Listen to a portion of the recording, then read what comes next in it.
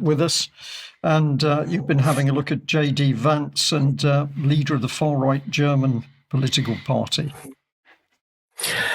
Yeah, we've had so much news on Donald Trump, and kudos to Patrick for bringing out Kash Patel. That report's very important. But let's focus a little bit on Trump's deputy a little more, J.D. Vance, the vice president. Of course, a week ago, he was in Munich for the security conference, and he blasted Europe over immigration and censorship of free speech. He's saying they're being unfair and really targeting right-leaning people and political parties. But Vance had the temerity to actually be fair and meet with all four major German political parties in the process. And that included Alice Weidel, the leader of the so-called far-right Alternative for Germany, or AfD. He also met with German President Frank-Walter Steinmeier and Chancellor Olaf Scholz earlier in the week in Paris. So I guess Vance is to be forgiven for being even-handed on this. But now a 20-year-old think tank, they turned 20 this year, as I understand it, the Center for European Policy Analysis, or CEPA, picked out not just the German sins that Vance is supposedly committing, but also Romania, according to this headline, is having its hard right boosted by Vance. And riding a wave of disillusion with the political establishment, Romania's pro-Russian right wing has been given an even greater gift, and that is backing from the U.S. That's a 19 February article from CEPA. And basically, Vance used that speech at the Munich Security Conference on Valentine's Day to attack totalitarianism in Europe. And he singled out Romania's canceled presidential election. This is according to CEPA, as he accused Ukraine's allies in the European Union of being the enemy within and afraid of their own people. The vice president said the invalidation of the election in Romania was an undemocratic attempt to deny the voters their choice in Romania. It's hard to think of such language being aimed at Romania by the U.S. at any time since the 1989 revolution, and so on. Bucharest annulled November's presidential election, in which the far-right pro-Russian outsider Kalin, Georgescu, came first. After the Constitutional Court ruled there had been significant interference from Russia to boost his chances. So in other words, Mr. Vance is very critical that Europe is not accepting the election results in Romania. And he feels there's a lot of censorship going on and a lot of hypocrisy going on.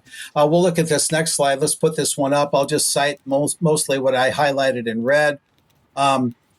Such a victory. This is according also to the think tank that I mentioned. Such a victory would weaken Romania's commitment to NATO and the EU and cause problems for the Western Alliance and the strategic Black Sea region and on Europe's eastern flank, all of which would be good news for Russia, which seeks to roll back NATO's eastward expansion, and Romania joined NATO in 2004.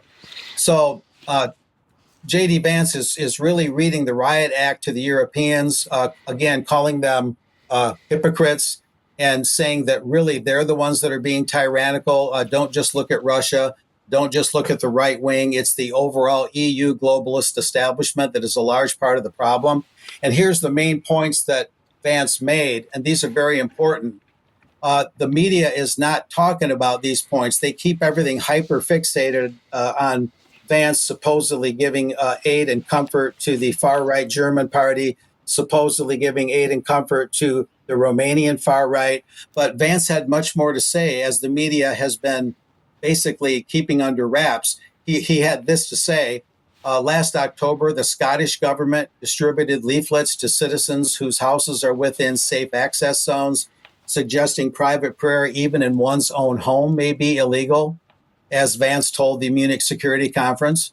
He also said at that conference that in Brussels, EU commissioners have warned citizens that they'd shut down social media during times of civil unrest if they spot what they define as hateful content. And Vance also announced at the conference that in the UK, the government charged Adam Smith Connor, an Army veteran, quote, with the heinous crime of standing 50 meters from an abortion clinic and silently praying for 3 minutes. And Adam Smith Connor, as I understand it, had to pay a very large fine. So he actually was convicted.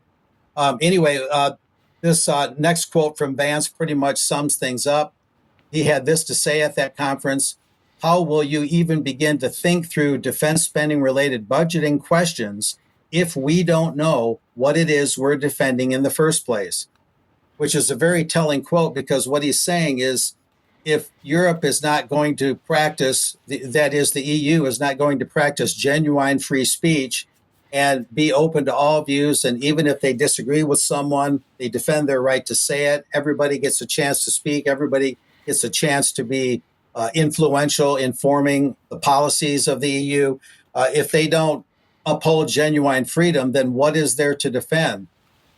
And you know, these kind of sentiments. So much the same could be said of Great Britain or even the United States. If we run contrary to our constitutional order, if we run roughshod over our constitutions, what are we asking our soldiers to defend? Because they take an oath to uphold and defend the Constitution from all enemies, foreign and domestic.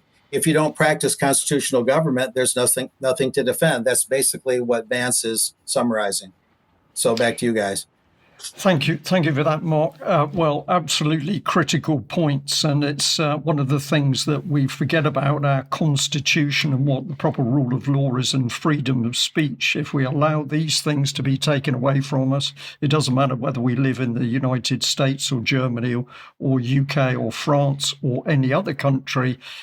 You are essentially gone as a nation and as a community and as an individual. So we need to stay focused on this. But